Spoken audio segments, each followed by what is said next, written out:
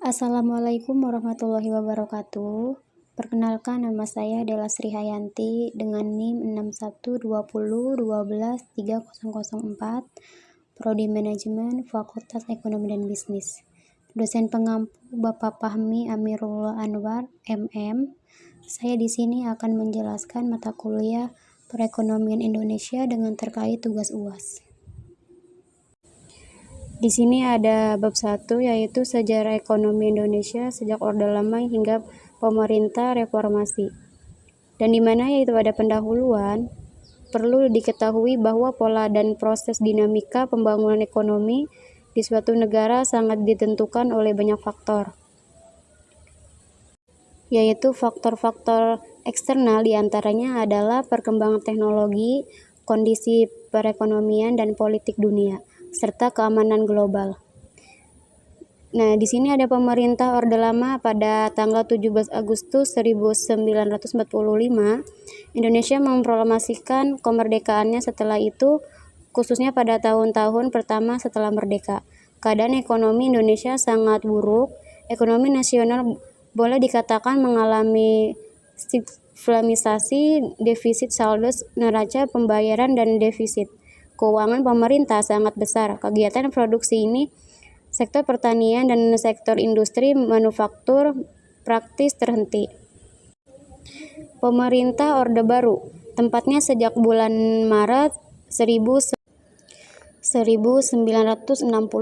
Indonesia memasuki pemerintah Orde Baru. Berbeda dengan pemerintah Orde Lama.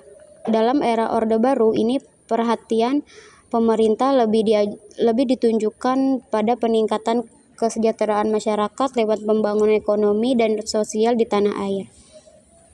Selanjutnya yaitu ada bab 2, pertumbuhan dan perubahan struktur ekonomi, yang dimana yaitu ada pendahuluan. Di dalam garis besar haluan negara GBHN dinyatakan secara eksplisit bahwa pembangunan ekonomi merupakan salah satu bagian penting dari pembangunan nasional secara keseluruhan, dengan tujuan akhir untuk meningkatkan kesejahteraan masyarakat. Produk domestik bruto dan pendapatan nasional. Pertumbuhan ekonomi yang tinggi dan prosesnya yang berkelanjutan merupakan kondisi utama bagi kelangsungan pembangunan ekonomi, karena penduduk bertambahan terus dan berarti kebutuhan ekonomi juga bertambah terus. Di sini ada pertumbuhan ekonomi, metode perhitungan dan teori. Yang pertama, metode penghitungan. Yang kedua, teori umum pertumbuhan. Dan di sini ada faktor-faktor penentu prospek dan pertumbuhan ekonomi Indonesia, yaitu ada 2. Yang pertama, faktor-faktor internal, yang kedua faktor-faktor eksternal. Nah, di sini yaitu bab 3. Ada kemiskinan dan kesenjangan. Yang pertama ada permasalahan pokok, kenjangan ekonomi atau pertimbangan dalam distribusi pendapatan antara kelompok masyarakat berpendapat tinggi dan kelompok masyarakat berpendapatan rendah, serta tingkat kemiskinan atau jumlah orang yang berada di bawah garis kemiskinan.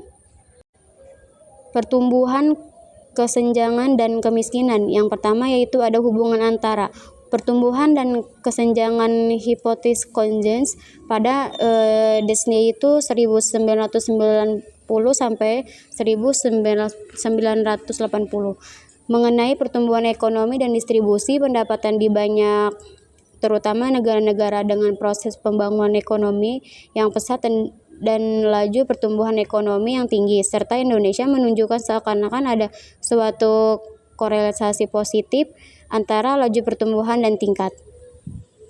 Nah, di sini ada hubungan antara pertumbuhan dan kemiskinan. Dasar teori dan korelasi antara pertumbuhan dan kemiskinan tidak berbeda dengan kasus pertumbuhan dengan ketimpangan seperti yang telah dibahas di atas.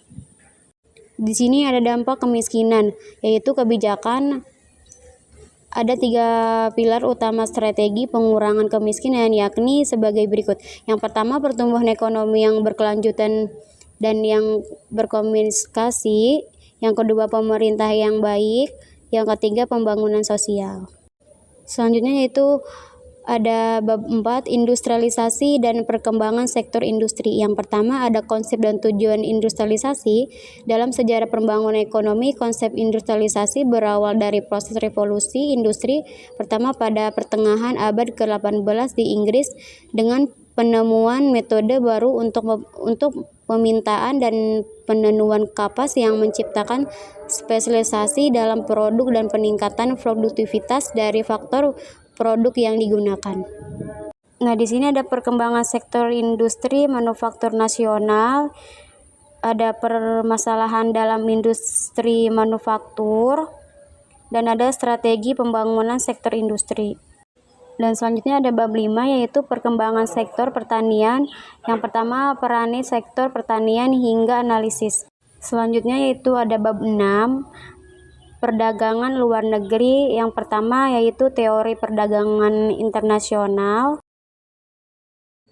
Cukup hanya itu saja yang saya sampaikan. Saya ucapkan terima kasih.